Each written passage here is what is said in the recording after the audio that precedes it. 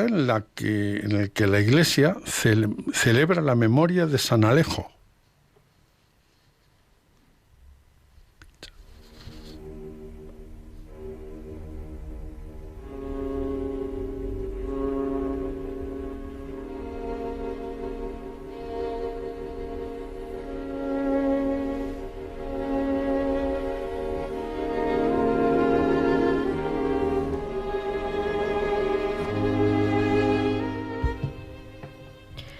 Alejo es hijo de un senador romano.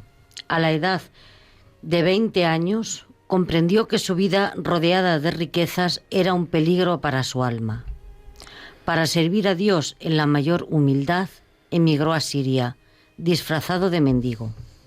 En Siria vivió 17 años dedicado a la oración y a la penitencia. Mendigaba para vivir y para ayudar a otros.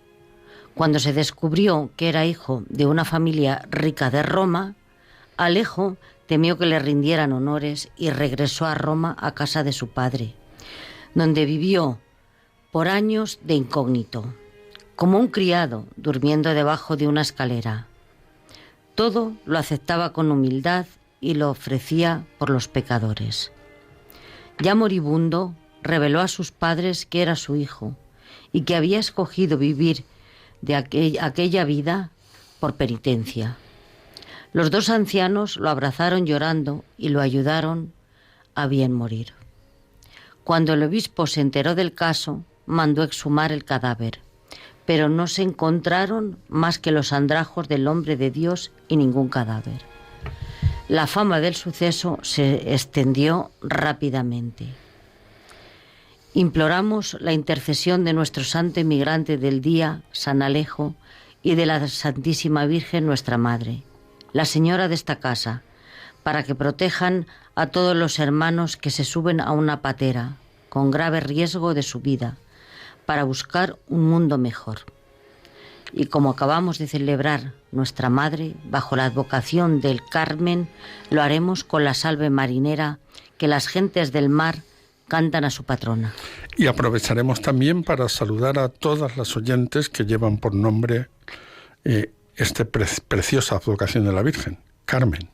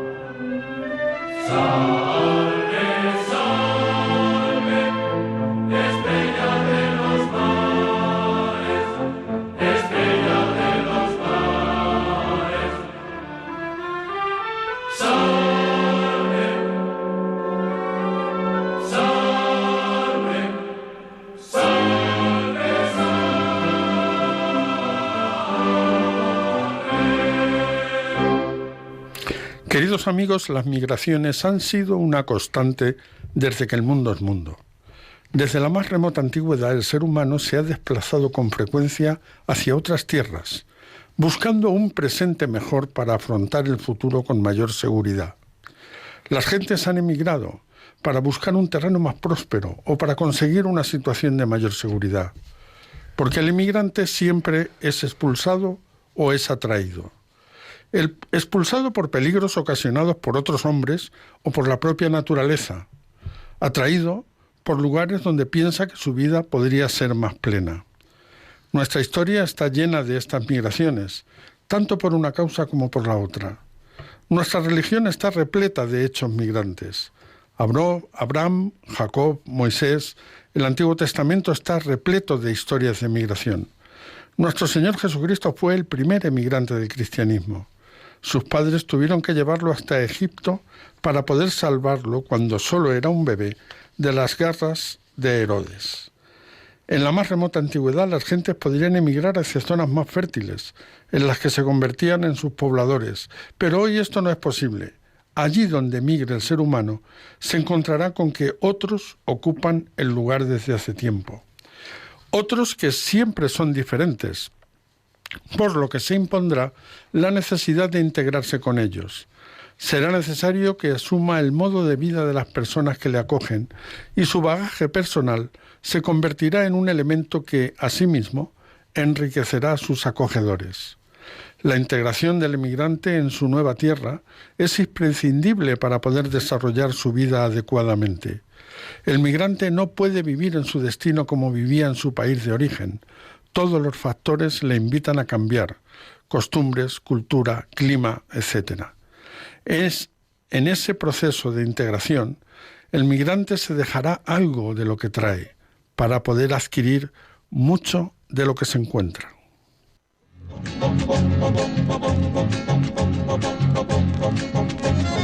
Voy buscando por el mundo una aventura y un consuelo.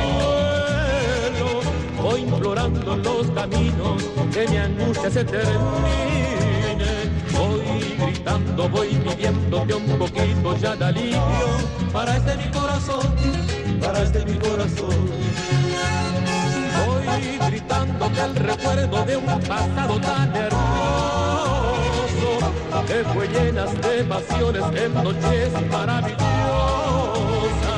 Voy gritándote, pidiéndote un poquito ya de alivio para este mi corazón, para este mi corazón. Es mi desesperación al saber que tu querer ya no quiere más de mí, ni tampoco de mi amor. Siempre tú fuiste indiferente a mi amor.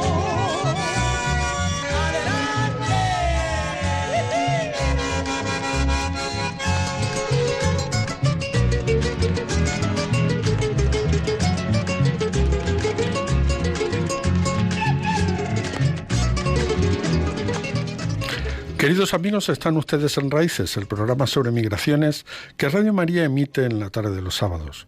Hoy queremos hablarles de integración y, como es habitual, nos apoyaremos en el criterio de amigos que son grandes expertos en la materia.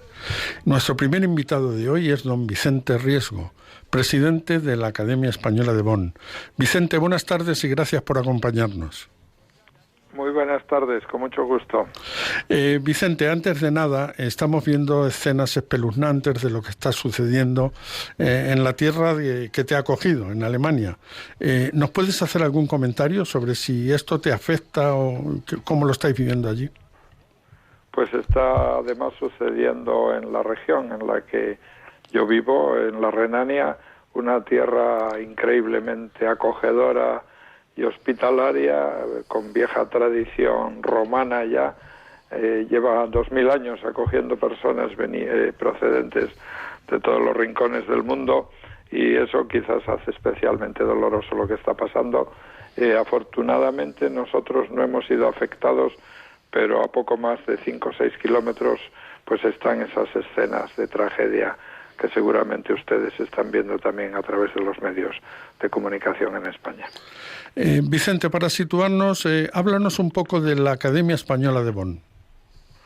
La Academia Española de Formación la creamos en Bonn en 1984, un grupo de pedagogos, personas ocupadas en general de temas de inmigración, sacerdotes y demás personas, tanto alemanes como españoles, con el objetivo de hacer unas ofertas formativas adecuadas a las necesidades específicas que veíamos en los emigrantes españoles, para facilitar su integración en Alemania, para mejorar su nivel formativo y para mejorar también su calidad de vida. Actualmente trabajamos con migrantes de todas las comunidades procedentes de todos los rincones del mundo.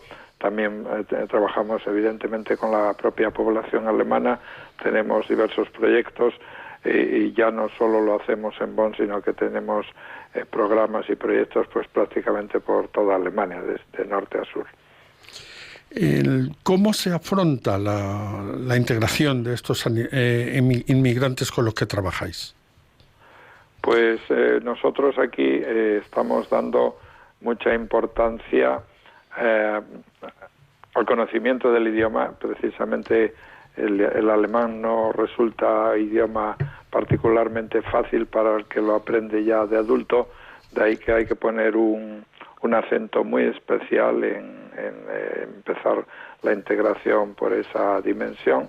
El gobierno alemán desde hace ya casi 10 años está poniendo también grandes recursos económicos, financieros, para facilitar esta tarea, y digamos que ese es uno de los puntos básicos en estos cursos de integración, que así se llaman en Alemania, que constan de 900 horas lectivas, muy reguladas, muy controladas en sus contenidos por el Instituto Goethe.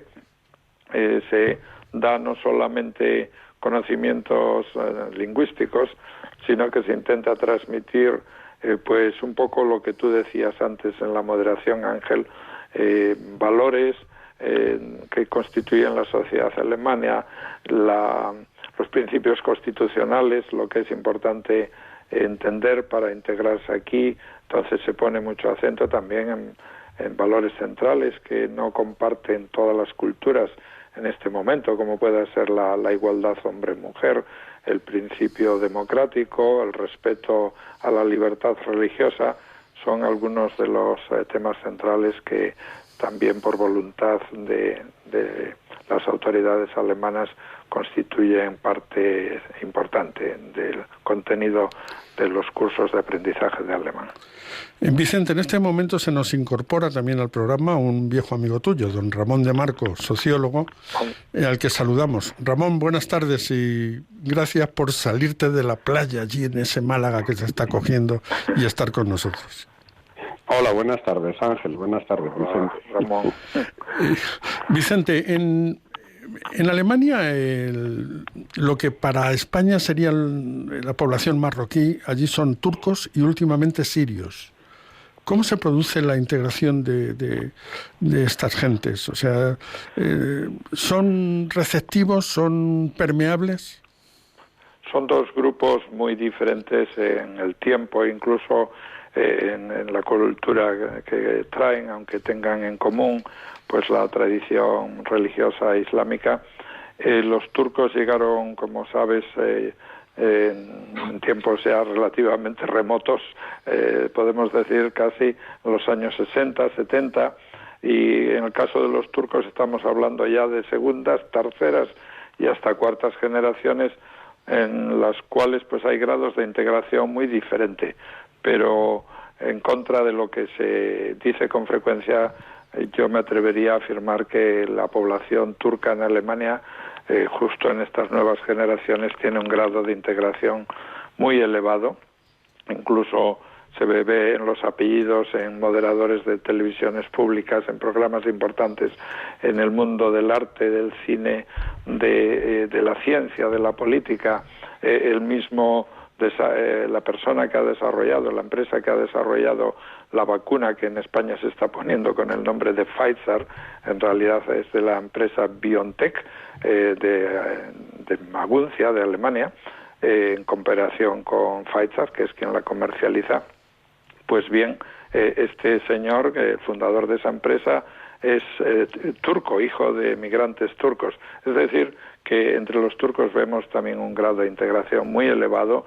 El caso de los sirios pues es bien diferente, porque es una inmigración recién llegada, como sabes, a partir de los años 2015 sobre todo, cuando Merkel abrió las puertas para dar una solución a la crisis humanitaria ocasionada por la guerra en Siria, y ahí se están haciendo enormes esfuerzos en la línea en que hablábamos antes de integración, comenzando por el idioma, y se intenta seguir pues una tradición importante que siempre va en el fondo de los procesos de integración en Alemania, que es dar mucha importancia a la integración laboral. Según datos que se manejan, actualmente estarían aproximadamente ya un 50% de los refugiados turcos integrados en el mercado laboral, es decir, con profesiones o actividades laborales reguladas y legales. Es un porcentaje relativamente alto, dada también un poco la diferencia cultural y las dificultades con las que estas personas inmigraron. He de decir, por cierto, que otro grupo muy numeroso de inmigrantes, cuantitativamente superior, son, por ejemplo, las personas de lengua rusa procedentes de los territorios de la antigua Unión Soviética. Estamos hablando de casi 2 millones de personas también, que son un colectivo de los más relevantes aquí en Alemania, aparte de italianos, griegos de la antigua Yugoslavia. Son poblaciones, polacos, son poblaciones numéricamente incluso más cuantiosas que la de los propios sirios.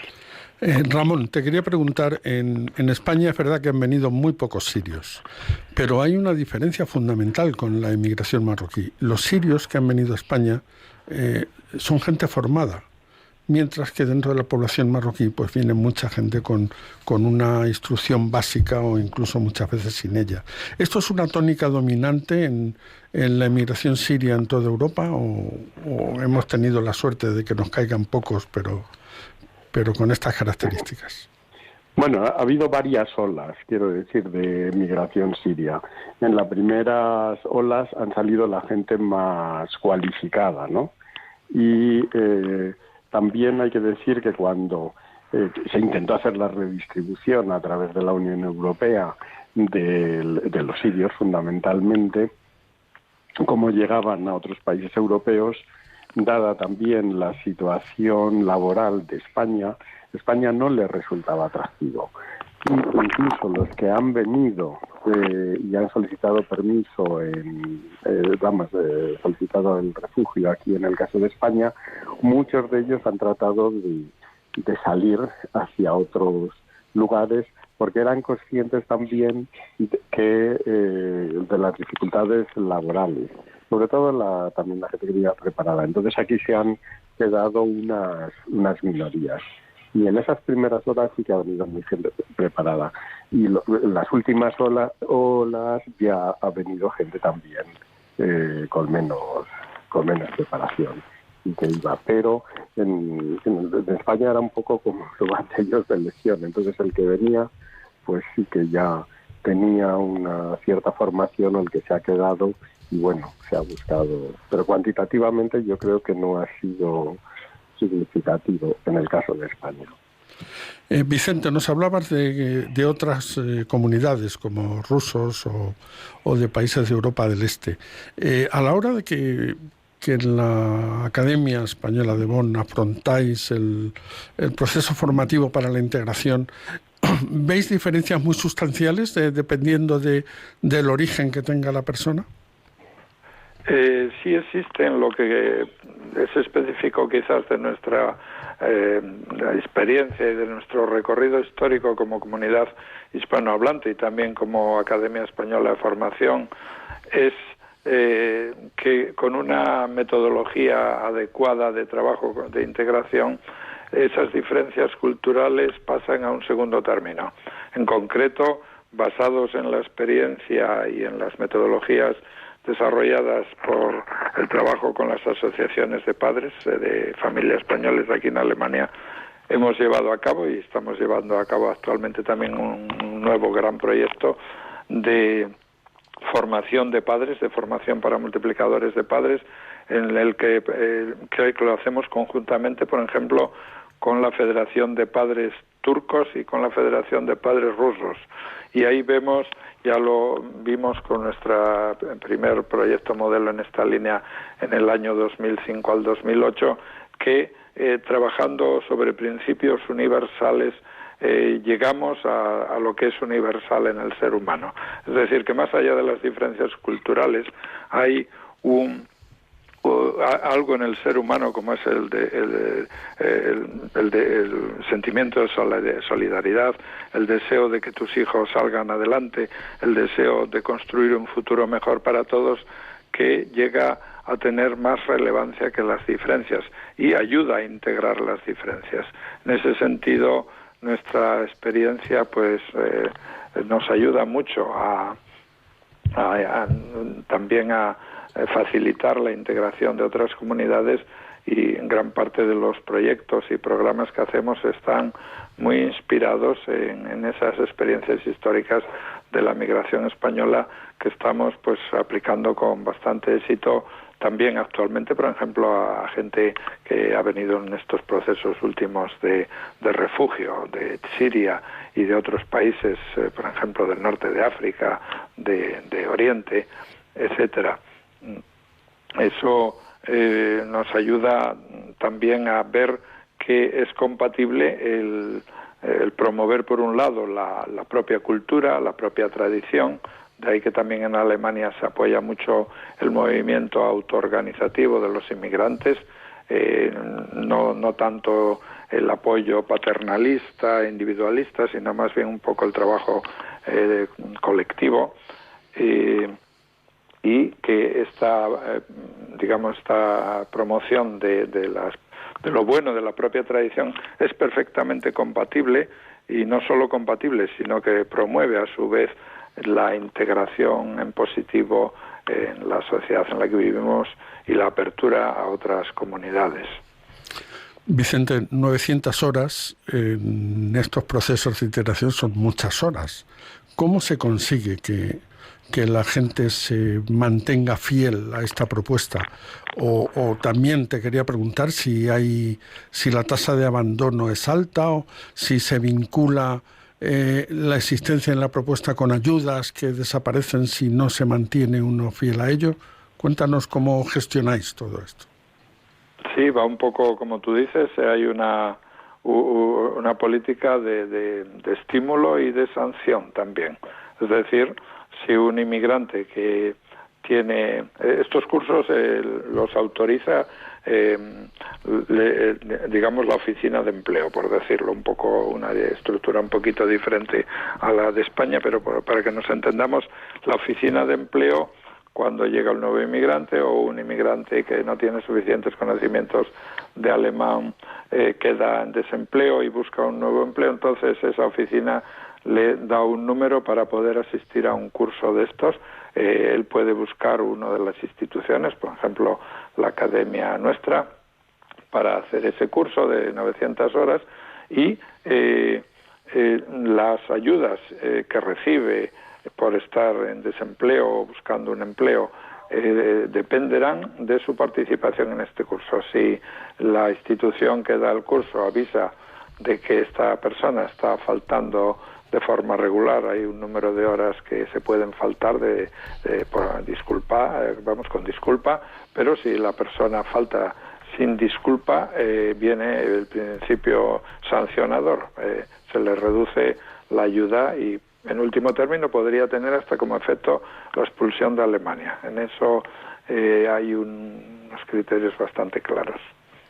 Ramón, este planteamiento, que a mí me parece apasionante personalmente, que nos está contando Vicente, ¿es común en otros países de la Unión Europea?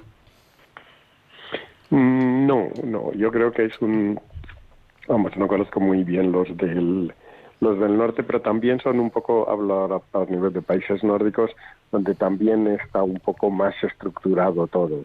Pero bueno, el caso de Suecia, estoy pensando en el caso de Finlandia u otros, donde sí de alguna manera tienen que seguir discursos y también van a condicionar la aceptación definitiva en el país, un poco en el encuadramiento, porque entienden también un poco que si primero que si sales de un sitio para mejorar, tienes también que hacer un esfuerzo un poco para intentar ahí integrarte, y sí te van a dar las opciones, pero indudablemente tienes que meterte en una formación, porque son sociedades también que están bastante estructuradas y que van a exigir para cualquier actividad una cierta cualificación. Entonces es como una preexigencia para, primero, simplemente no solo integrarte, sino para tener éxito a nivel laboral, etcétera, ¿no? Entonces es una preexigencia.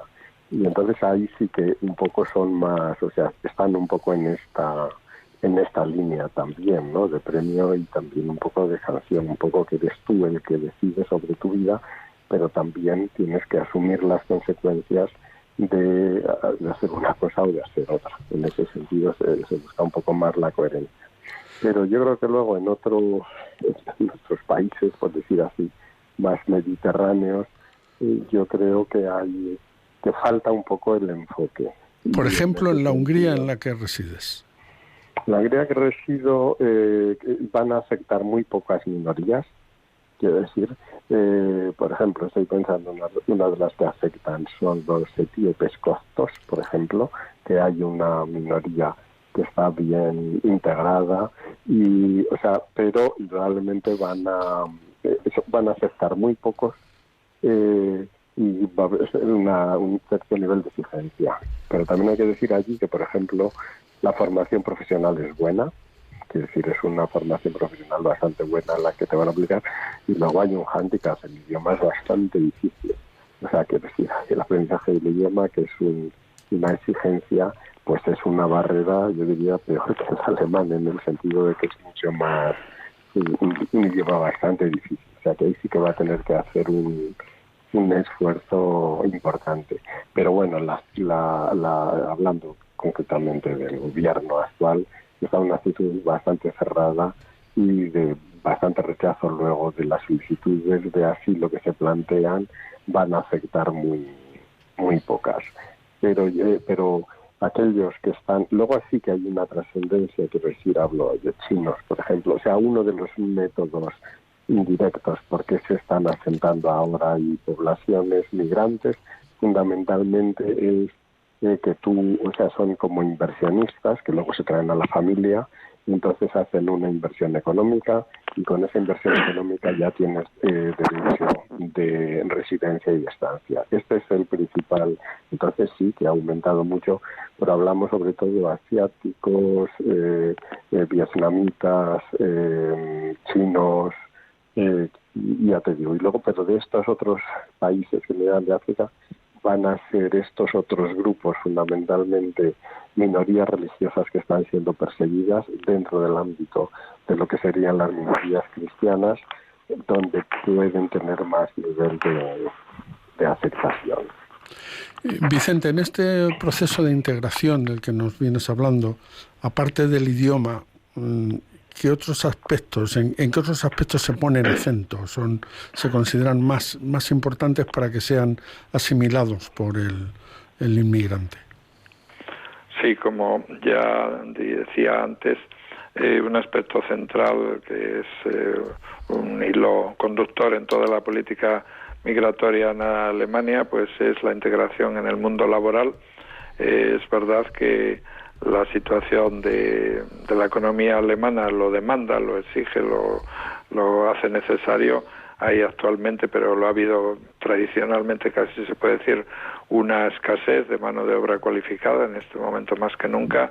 De ahí que las personas que tienen algún tipo de cualificación encuentran relativamente pronto empleo en este país. Eso es importante, es un eje central.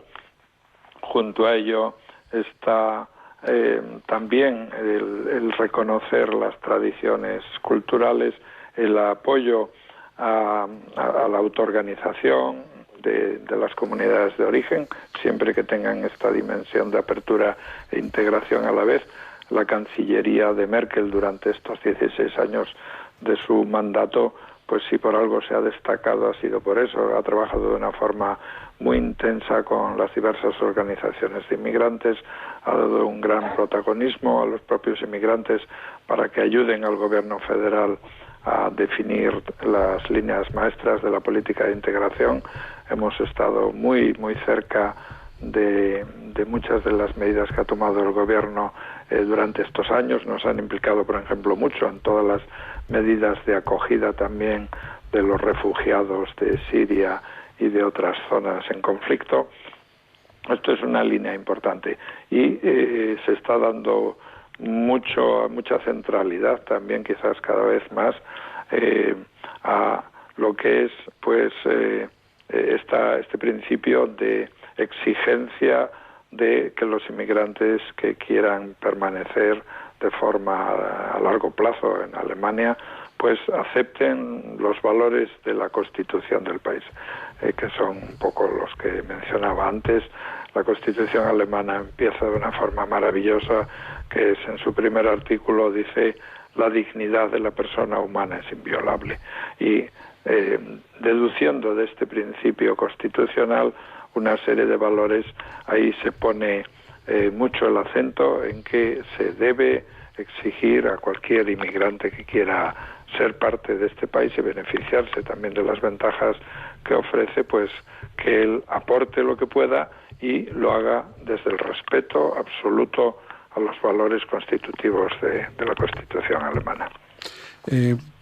Podríamos decir que la línea transversal de todo este programa es que el inmigrante se constituya en protagonista de su propia integración. Esto es muy importante, creo que lo has formulado muy bien.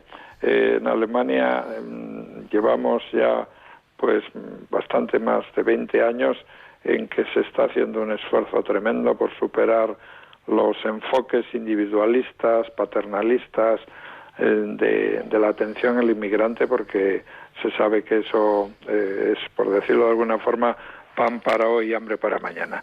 El inmigrante tiene que constituirse en persona autónoma, en protagonista de su propia vida y de su propia historia, y yo me atrevería a decir que esa es una línea maestra, como tú lo has dicho, digamos, es un principio, un metaprincipio inspirador de las políticas que se están siguiendo aquí. Ramón, este modelo alemán es, ¿tú crees que es exportable a otros países como por ejemplo a España? Yo creo que sí, es muy exportable, porque fundamentalmente yo creo que detrás de esto primero hay una experiencia que ha dado resultados, y ha dado resultados en el sentido de cuando analizamos el progreso de colectivos inmigrantes, empezando por los propios españoles, que hay una movilidad social ascendente, quiero decir, de aquellos, estamos pensando, los españoles que llegaron en los años 70, con un índice de analfabetismo tremendo, pues en 2 generaciones o en 3 generaciones vemos que a los hijos ya están de directores de empresas internacionales, etcétera. O sea, y eso se ve a través de los estudios que se reflejan en PISA, por ejemplo, cuando después van a desagregar a nivel de migración. Después otros grupos, y es así yo creo también una de las causas que el gobierno alemán ha pedido a la comunidad española que haga, que implique la formación tanto con los turcos, que se implique, como con los de origen ruso, para esa integración familiar, y están desarrollando con éxito. Y detrás de eso, pues primero hay experiencia y luego hay pensamiento, o al revés, o simultáneamente. Y yo creo que ese tema es algo que nosotros carecemos, es decir, que ha habido poco pensamiento. Pensamiento hablamos longitudinal, a largo plazo, porque un proceso de integración no es un proceso a corto plazo, es un proceso a medio y largo plazo, ¿no? Y que se mantenga.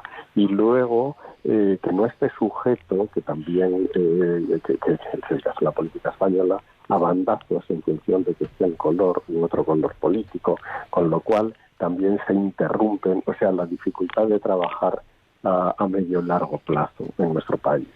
Eso es un poco por la excesiva intervención de la política pero sin un planteamiento. Entonces lo que no hay es un planteamiento longitudinal aquí en la política a nivel de cómo vamos a abordar los temas migratorios, a medio largo plazo, y que ese planteamiento, con independencia de quien ostenta el poder en cada momento, se mantenga, ¿no? Yo la pregunta te la hacía más que por la bondad del sistema, que es evidente por lo que nos está contando Vicente, que es un sistema que funciona, que es ambicioso y que está teniendo respuesta, por la posible percepción que puedan tener de él nuestras autoridades para poder hacer lo que tú dices, un planteamiento a largo plazo. ¿Tú crees que la política española, con el devenir que lleva en las últimas décadas, no vamos a decir años, sino décadas, nuestras autoridades pueden ser sensibles a afrontar un planteamiento de este tipo? No, porque yo veo dificultades, porque nuestra política migratoria fundamentalmente ha sido reactiva, pero no ha sido proactiva, no ha tenido un pensamiento. O sea, yo creo que falta ahí un pensamiento, ¿no? Un pensamiento duro, decir, bueno, esto va a ser un tema que es de carácter estructural en el mundo de hoy, y más en un mundo globalizado, y esto es algo que tenemos que cómo vamos a enfrentar esto y a través de qué sistema de abordaje vamos a tratar este tema. Si luego nos vamos, o sea, no sé, igual ponemos las estadísticas, o sea, cuando vemos un poco quién está soportando la base en el trabajo, se coge cualquier estadística europea, ¿no?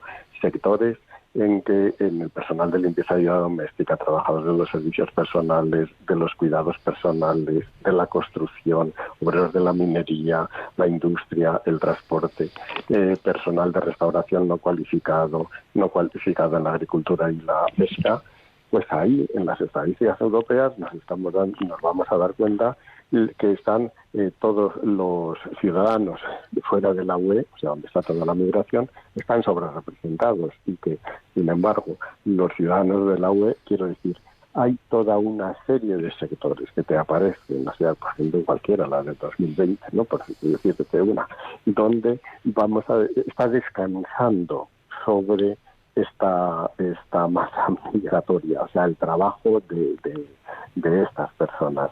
Entonces, quiero decir, hay toda una serie de empleos que ya los nacionales no están asumiendo, y que, vuelvo a decir, ahí hay una sobrerepresentación.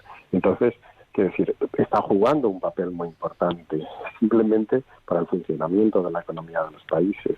Entonces, yo creo que en nuestro caso falta primero asumir este hecho, asumir el papel que vienen a jugar, y segundo, tener una política ahí proactiva a largo plazo que permita a estas personas muy bien empezar desde abajo, pero también un poco con que pueda haber una movilidad social de los hijos, de los nietos hacia, y a escalar y en otros planos. Quiero decir, entonces, yo creo que esa forma de pensamiento duro no la veo, o sea, la sigo sin ver en los grandes partidos políticos, que son los que al final se disputan el poder. O sea, estamos siempre con políticas de parche reaccionando a fenómenos migratorios, pero no sin una política a medio largo plazo, que realmente tendría que ser una política de Estado, no de partidos. Escuchando a Vicente y después con tus reafirmaciones sobre lo que él ha contado, me venía a la memoria una frase que se atribuye a Abraham Lincoln, que el otro día en un taller con inmigrantes pues surgió, y que dice: no se puede ayudar a las personas de forma permanente haciendo por ellos lo que ellos pueden y deben hacer por sí mismos. Y yo es la conclusión que me llevo de este diálogo con vosotros dos. La experiencia alemana está dejando que sean ellos mismos los que hacen lo que tienen que hacer, y no les está sustituyendo. Mientras que probablemente en los países más mediterráneos, España concretamente, y con demasiada frecuencia sustituimos al otro intentando, de una forma muy asistencialista, intentando ayudarle cuando en el fondo no ayudamos. Vicente Riesgo, presidente de la Academia Española de Bonn, y Ramón de Marcos, sociólogo, os agradecemos muchísimo este tiempo que nos habéis dedicado en Raíces. Muchas gracias y un fuerte abrazo a los dos. Gracias a ti, ha sido un placer. Por tu invitación.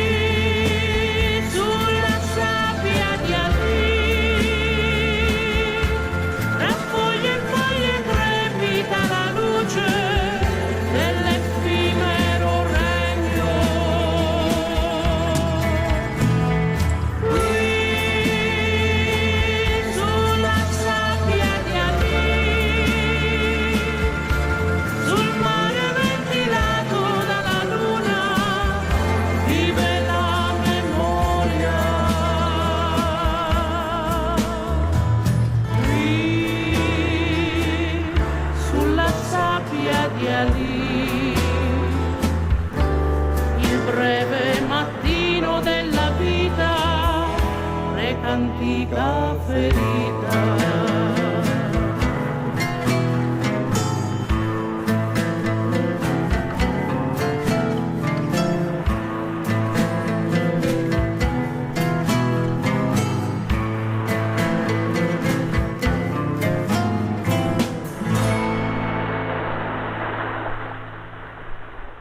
Queridos amigos, están ustedes en Raíces, el programa sobre migraciones que Radio María emite en la tarde de los sábados. Hoy hemos hablado de integración con don Vicente Riesgo, presidente de la Academia Española de Bonn, y con don Ramón de Marcos, sociólogo y experto en migraciones. Ahora llega el momento del comentario de un periodista de raza. Jaime Barrientos nos trae su visión de la realidad migratoria. La frontera más desigual del mundo. Los asaltos masivos a la valla de Ceuta y Melilla no son solo un problema de seguridad y no se van a resolver solo con medidas de seguridad.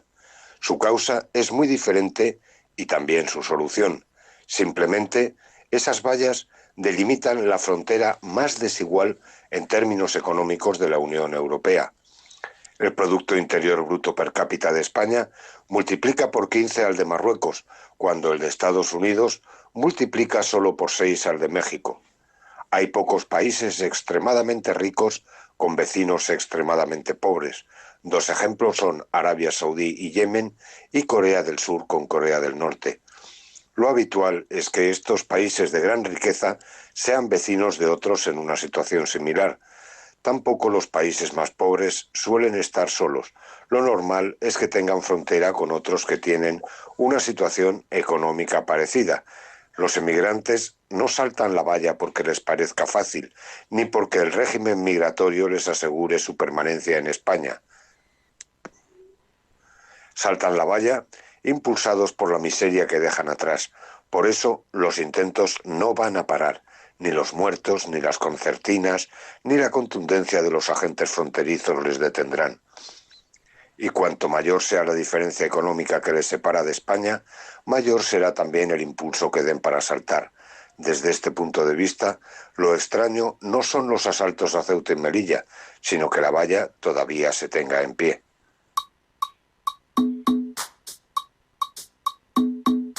Kenya, Kenya, Kenya, Kenya, Kenya.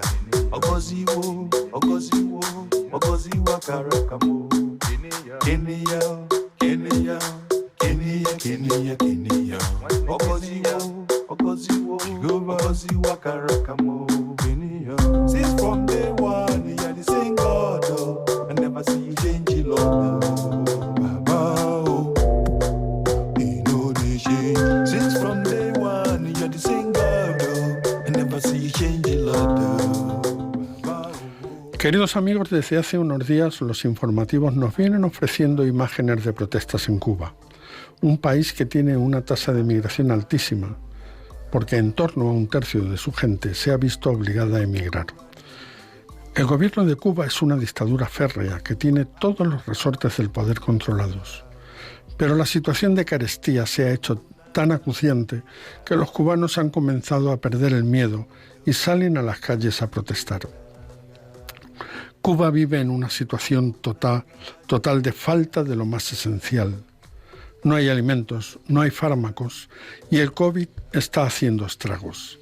Ante la desesperación de su pueblo, el gobierno cubano sigue enrocado, culpando al bloqueo de las penurias de su población. Si ustedes van a Cuba, verán que pueden comprarse lo que les apetezca, lo que quieran, hasta tal punto que uno se pregunta ¿dónde está el bloqueo? El único problema no es que las cosas no estén, sino que no hay dinero para adquirirlas.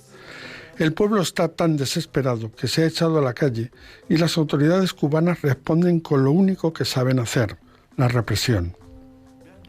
Cientos de personas han sido detenidas y se desconoce su paradero.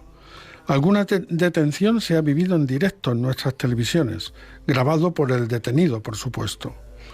Ante esto, nuestro gobierno hace equilibrios en el alambre para quejarse sin quejarse de lo que sucede en Cuba, para pedir que todo se normalice reconociendo que en Cuba hay una falta de libertad, pero sin reconocer que se trata de una dictadura. No se vayan a enfadar sus socios de gobierno. La Conferencia de Obispos Católicos de Cuba ha emitido un comunicado ante estos hechos que queremos compartir con ustedes.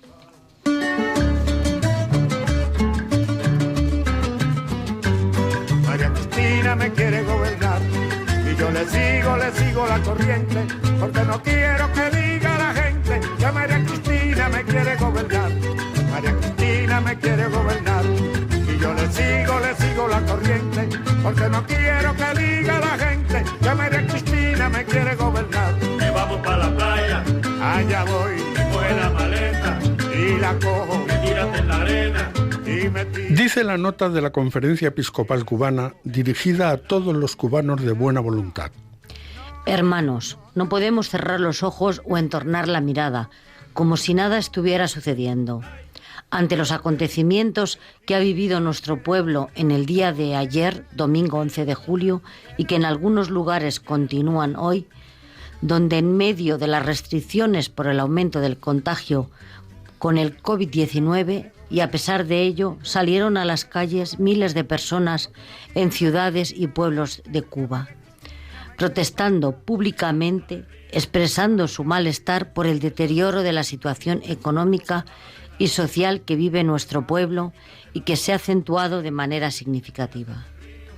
Entendemos que el Gobierno tiene responsabilidades y ha tratado de tomar medidas para paliar las referidas dificultades, pero también comprendemos que el pueblo tiene derecho a manifestar sus necesidades, anhelos y esperanzas, y a su vez a expresar públicamente cómo algunas medidas que han sido tomadas le están afectando seriamente.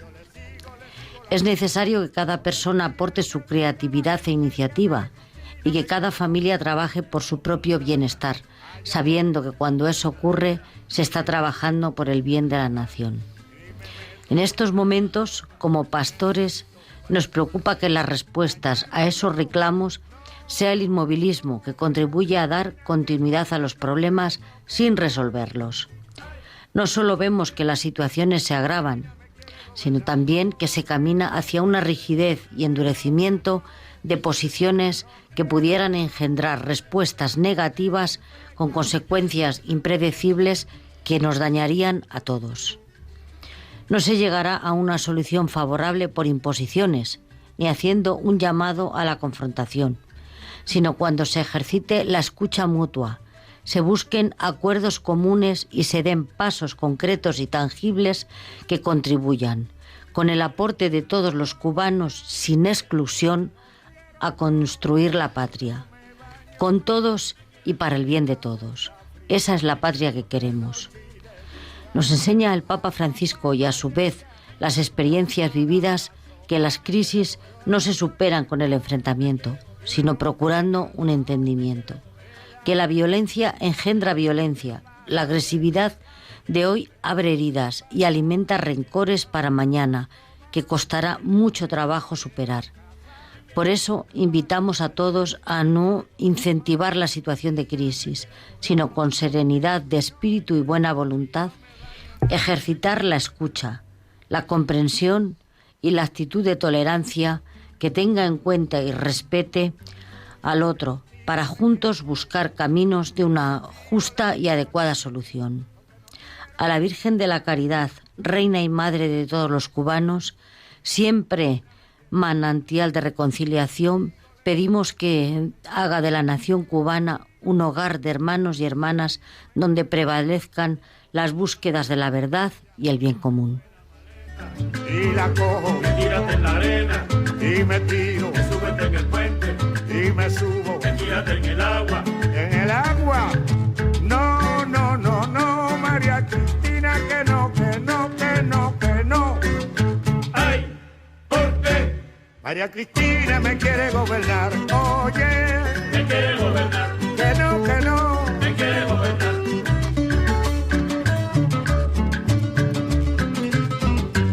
María Cristina me quiere gobernar y yo le sigo la corriente, porque no quiero que diga la gente que María Cristina me quiere gobernar. Que vamos para el río.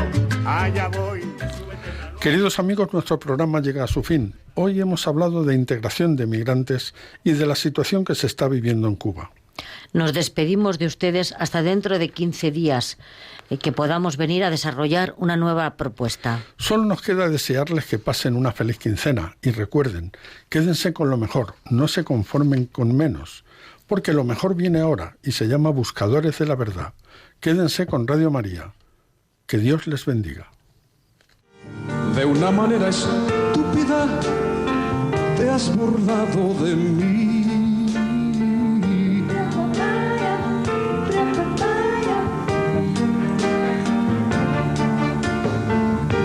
De una manera estúpida te has reído de mí.